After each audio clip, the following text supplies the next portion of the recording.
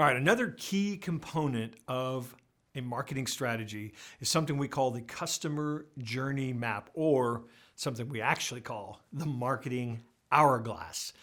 So if you think about the customer journey as it stands today, people go out there searching, they've got all kinds of resources available to them, they can find information. So what we have to do is, instead of just creating demand, kind of the marketing funnel idea of run an ad and get a sales call in and, voila, convert them to being a loyal customer, we have to think in terms of organizing behavior. And there are 7 stages of behavior.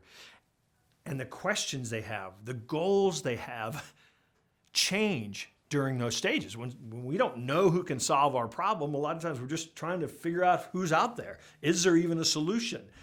But ultimately, we're going to get to the point where we're saying, can I trust these people? Will they deliver on as promised? Do I like them? I mean, we're going to go through those stages. So for reference, and you've got lots of materials on this, the stages are know, like, trust, try, buy, repeat, and refer.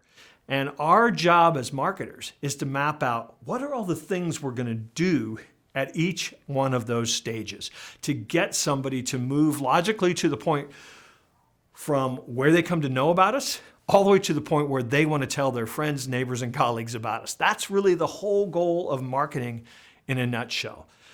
So the first step is we have to actually try to understand, how do people buy from you today?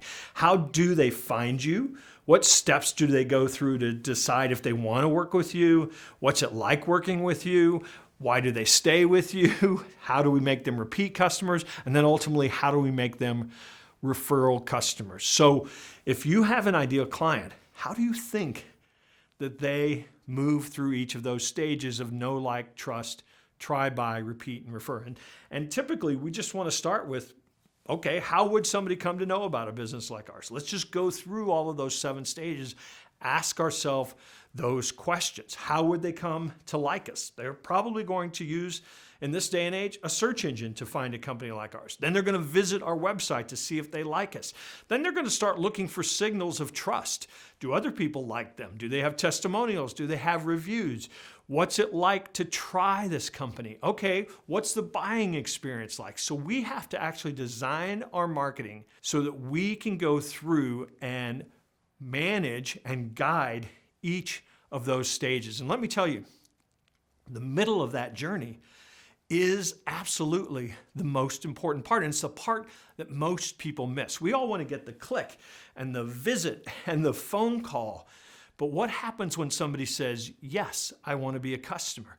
How do we onboard them? How do we communicate with them? How do we make sure that the experience exceeds their expectations? Because that's where the repeat sale comes from. That's where the referral sales comes from, is in that middle part of the journey. So let's make our goal to be that 100% of the folks that come to our business, that become clients, want to refer us. What would that mean we would have to do? What would we have to have them thinking, doing, saying 90 days after they buy, 45 days after, at the time of purchase? In fact, let's do the marketing hourglass in reverse. Let's start with referral and repeat and buy and try, because what I typically find is that if we think that way, it's going to change how we do the experience. It's going to change how the onboarding goes. It's going to change our new customer approach and communication. And if we fix that stuff, that's going to actually turn into lead generation. The greatest source of lead generation is a happy customer. Now, don't sweat all these stages. There's no fine line between each of these. There's lots of things that overlap, but you do have to start understanding that the questions and goals and objectives change. We just have to design a path that keeps people moving along those. And in many cases, that will actually generate dozens of projects that we want to create: a new customer kit, an onboarding process, some way to actually make sure that we're communicating and following up after somebody becomes a client.